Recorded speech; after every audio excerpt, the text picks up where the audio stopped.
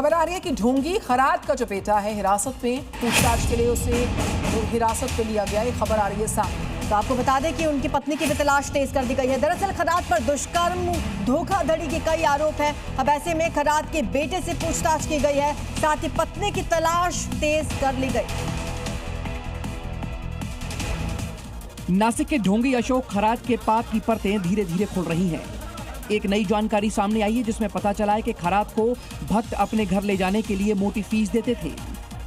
अमावस्या से लेकर पूर्णिमा तक भक्त ढोंगी खरात को अपने घर ले जाने के लिए सच में बोली लगाते थे।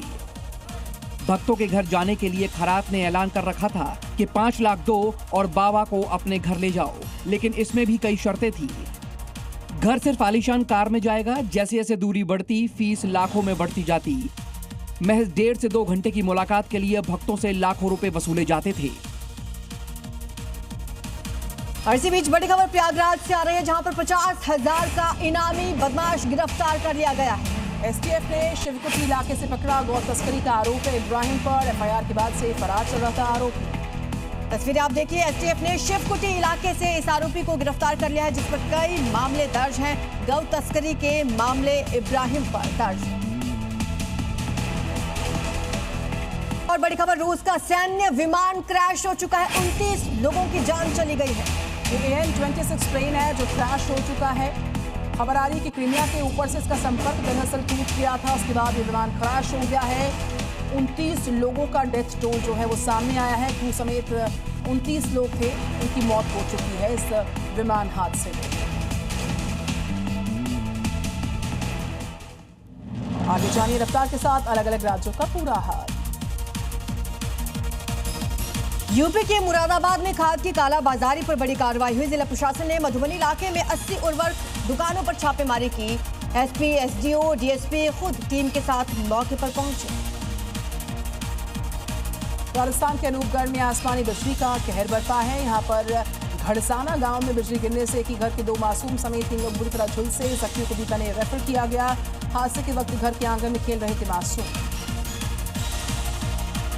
इधर बेंगलुरु के दक्षिण कन्नड़ जिले में टला बड़ा हादसा। गेरुकट्टे से बेलथंगड़ी जा रही सरकारी बस का दरवाजा अचानक खुल गया। 2 छात्राएं सड़क पर गिरकर घायल हो गई। दोनों को अस्पताल में भर्ती करवाया गया।